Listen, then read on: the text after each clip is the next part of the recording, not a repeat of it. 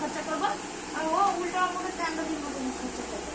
ঠিক এটা বল বলে নিয়ে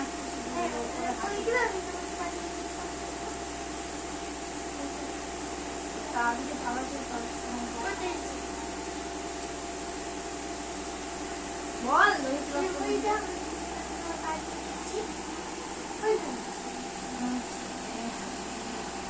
সারাদিন পড়াইতে পড়াইতে কোনদিন দেখবি আমি মানে উপরে চলে গেছি।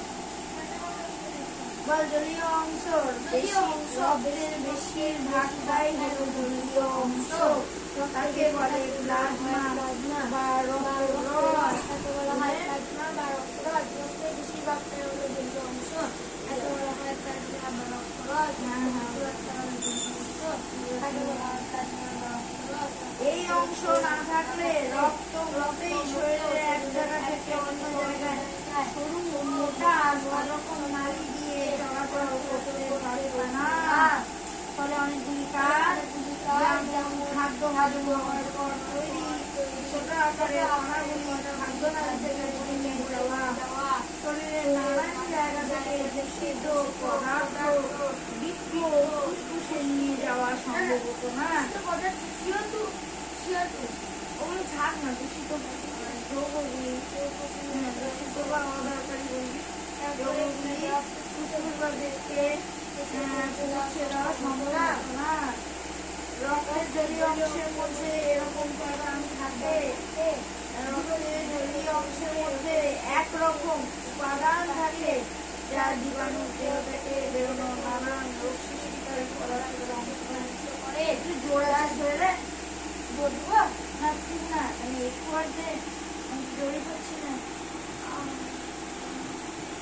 আরে তুই তো বলতে জোর দিতে ওগুলো কোথাও নেই।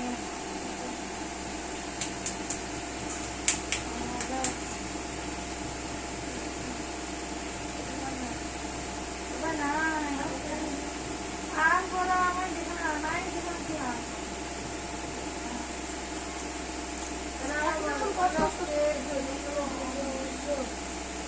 রক্তের জলীয় অংশের মধ্যে একরকম উপাদান থাকে যা জীবাণু দেহ থেকে বেরোনো নানান রোগ সৃষ্টি ধ্বংস করে।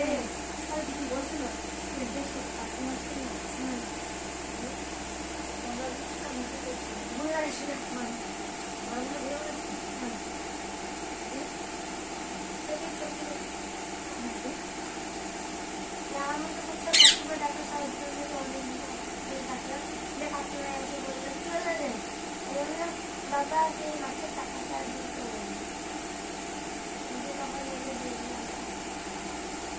কত টাকা দিয়ে দিবে।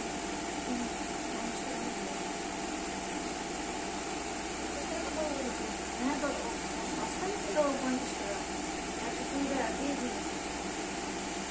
আর সরষের দাম কোথাও ছিল কেজি মাছ আছে বর্তমানে কত টাকা কেজি? এত সস্তা 100 টাকা কেজি দেয়, তাই না বলো? 100 টাকা হলো 1200 গ্রাম। হ্যাঁ 100 গ্রাম 12 টাকা,